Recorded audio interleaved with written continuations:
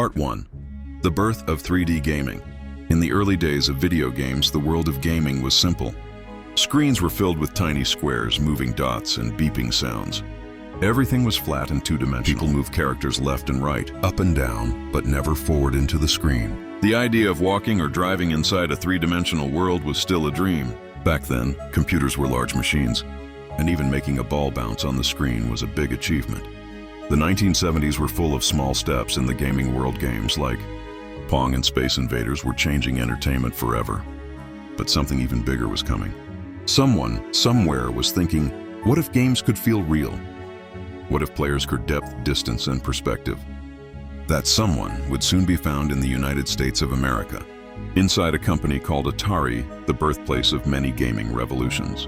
And the man who would turn that dream into reality was named Ed Rotberg. The early idea of 3D. Before 3D games truly existed, a few people in the early 1970s tried to create the illusion of depth.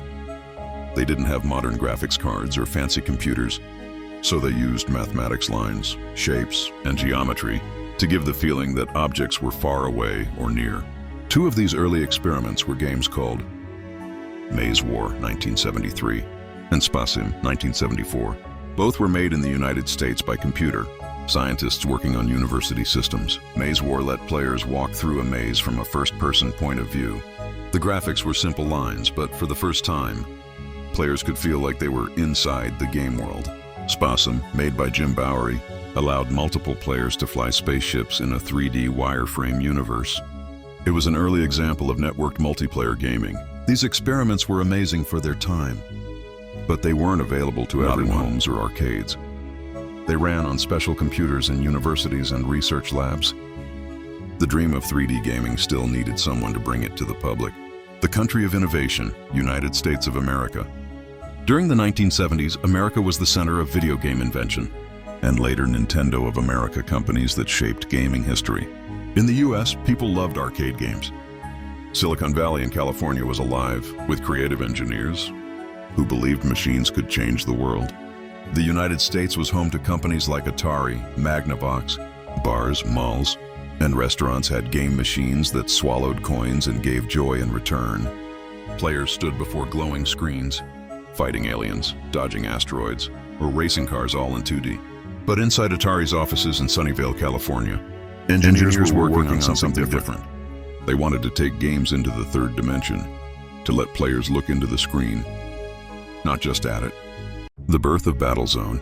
In 1980, Atari released a game that would change history forever. Its name was Battlezone. Designed by Ed Rotberg and his team, this was the first successful 3D video game ever made. Battlezone wasn't just another shooter. It placed the player inside a tank, letting them see a three-dimensional battlefield.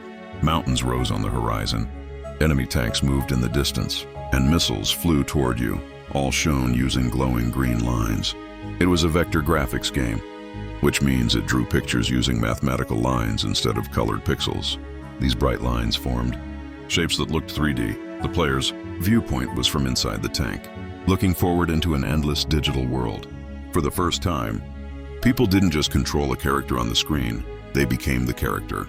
They could see through the tank's eyes, move forward into the scene, and shoot enemies that felt like they existed in space. That feeling of being inside a game was new, exciting, and revolutionary. The man behind the magic, Ed Rotberg. Ed Rotberg was the lead designer and programmer behind Battlezone. He was an American engineer who worked at Atari during the golden age of arcade gaming. Rotberg was known for his creativity and technical skill. Before Battlezone, Atari had already made popular games like Asteroids, 1979, and Lunar Lander, both using vector graphics. Rotberg saw potential in that technology. He imagined creating a game that used those same glowing lines to simulate a full 3D world. Ed Rotberg once said that he wanted to make players feel like they were inside the game. They worked with other Atari engineers to design special hardware that could calculate the perspective of 3D objects, what they call a math box.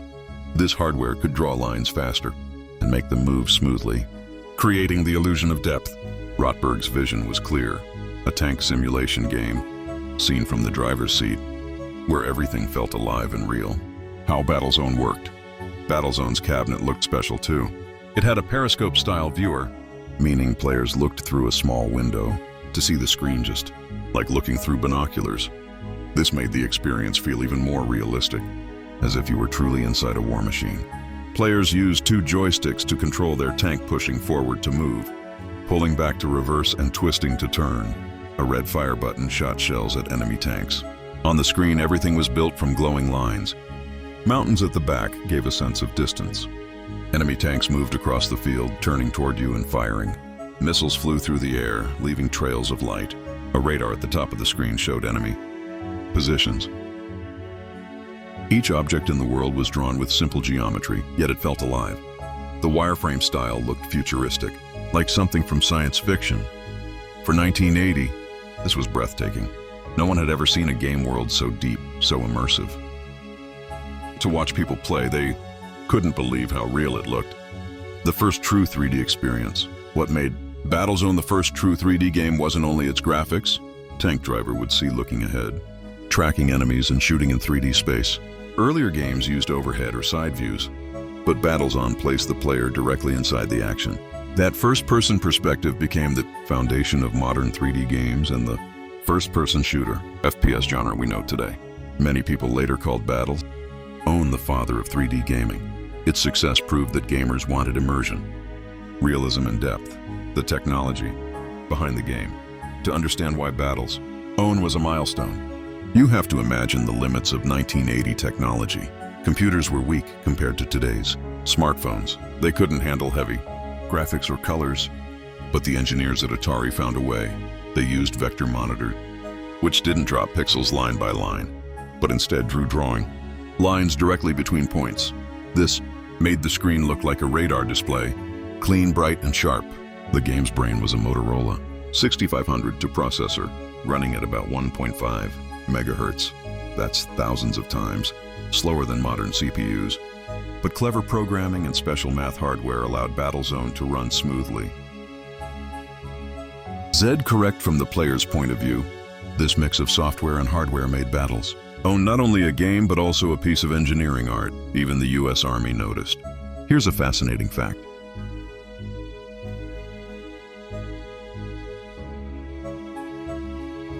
Used Battlezone's technology to teach tank drivers how to operate their vehicles in a simulated environment. It had realistic tank controls and military-style graphics, though only a few units were ever made.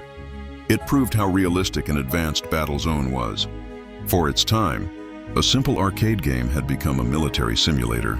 A huge leap for 1980. The legacy begins.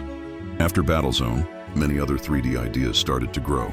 The concept of first-person perspective spread to other games, like Red Bear in 1981, also by Atari, which used similar vector graphics for airplane dogfights. Over the next decade, developers across the world experimented with 3D. But it all started with Battlezone. It was the proof that a machine could create a believable world using only lines and imagination.